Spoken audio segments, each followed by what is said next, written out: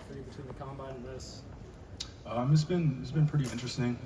Going from the combine, continuing to work my body, make sure I get to the best shape possible for today. It's been a great month. Got to meet with some teams and do that whole thing, but really just reflecting on my faith and trusting in God and working every day. It's been the biggest challenge of having to go from 16 straight games to prepping your body for combine, pro day, and potentially get drafted. I would say it's a quick turnaround. Some of the guys that we got to train with, their seasons ended in late November, so you kind of put that into perspective. We had about 4 more games after that benchmark. So it was just a quick turnaround. Luckily I was healthy enough to be able to jump right into training. I went to training the day after the national championship. So just giving myself the best chance to prove myself right on the field, and I feel like I did that today. But to your point, it's a quick turnaround. I think that's the biggest challenge. Roman, have you heard any of your numbers come back? I have not heard any of the numbers. More so for me, I felt good out there. I feel like I made a good first impression. I'll live with whatever comes from it, but I know God has my back, and He puts me in a great position to showcase what I got, and I felt good out there today. What does it mean for Fernando to throw to you to make sure you guys get the best possible look for yourself? Oh yeah, it means everything. That's a guy that he's a great leader, great person, great player. He comes out there every day and pushes everybody around him, and I don't get into too much of the behind the scenes stuff, but everybody knows his situation. He doesn't have to do some of the things that he does, but he goes out there and he wants to help showcase the rest of the guys, and I was able to capitalize off of some of that. So I definitely take my hat off to him. That just goes to show you what type of person he is, and that's why we all love him. We love him for the guy Fernando is. Roman, you guys played at an elite level last year as a team, as individuals, but now as trying to move up to the NFL, you have to take that up yet another notch. What have you learned that you need to do even better than you've already done, and what are the things that you've been working on? Oh yeah, that's the best of the best, the top 1%. I feel like since the age of 4, when I touched the football for the first time, that was my dream.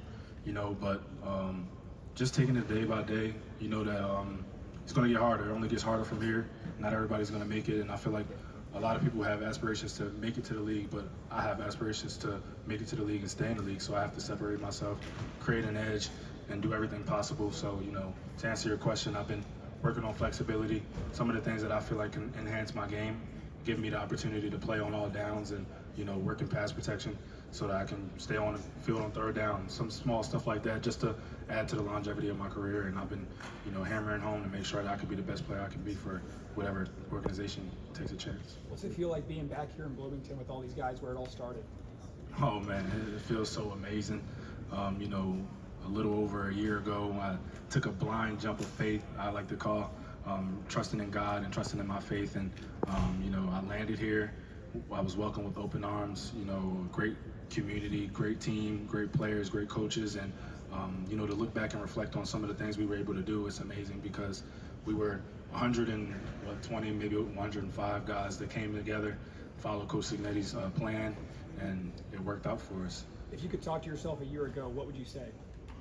I would just say to trust the process. I have a great support system. I got a mother, father, 5 siblings, great deal of nieces and nephews that all keep me grounded.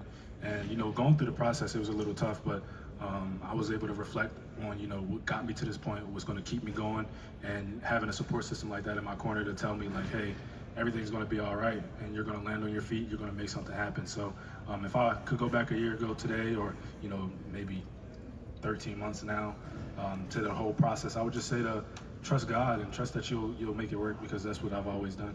What do the next few weeks look like for you between now and the draft? Oh yeah, some workouts and things like that going. I know we have local days and things like that. My agents and I definitely are figuring out, if we can meet with teams, doing some of those whole things. But for me, I'm just taking it one day at a time. I came out here with a plan to be the best version of myself today. I feel like I did that. And I'll wake up tomorrow with a whole new slate of things that I got to take care of. And being this process driven and a person that really just wants to attack everything, I'll set a detailed plan, and I'll figure it out from there. One more for Roman. What teams have you met with? My agents and I don't wish to disclose that at the moment. I've met with a great deal of teams, but we know this process is very tricky, and we don't want to tip our hand in any way. So sorry about that. Thank you, Roman. Yeah, thank you.